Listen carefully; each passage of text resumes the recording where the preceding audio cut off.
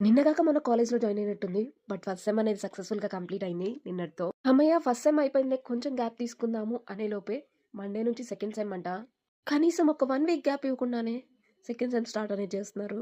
ఎవరో నేను డిగ్రీ తీసుకునేటప్పుడు అన్నారబ్బా! డిగ్రీయేగా ఏముంది ఈజీయేలే అనేసి. వన్స్ దిగితే గాని దాని లోతెంతుందనేది తెలియట్లేదు. రాడ్ రియాలిటీ ఆఫ్ డిగ్రీ అనేది చెప్తాను ఇప్పుడు నేను. కంపల్సరీగా అటెండెన్స్ అనేది మెయింటైన్ అనేది చేయాలి. లేదు అంటే సెమ్‌కి ఎలో అనేది ఉండదు. అండ్ ఫైన్స్ కూడా పడతాయి. ఇంకా ఆ తర్వాత మనం కాలేజ్‌కి వెళ్ళినా, వెళ్ళకపోయినా ఫస్ట్ 40 డేస్ తర్వాత మిడ్ 1 అనేది కండక్ట్ అనేది చేస్తారు. ఆ తర్వాత 40 డేస్ గ్యాప్ అనేది ఇచ్చి మిడ్ 2 అనేది కండక్ట్ అనేది చేయడం అనేది జరుగుతుంది. ఆ తర్వాత ఒక 10 డేస్ గ్యాప్ ఇచ్చి సెమ్ అనేది పెడతారు. చాలా కాన్ఫిడెంట్‌గా ఇంత గ్యాప్ ఉంది కదా! చదివేయచ్చులే అనుకోవచ్చు మీరు.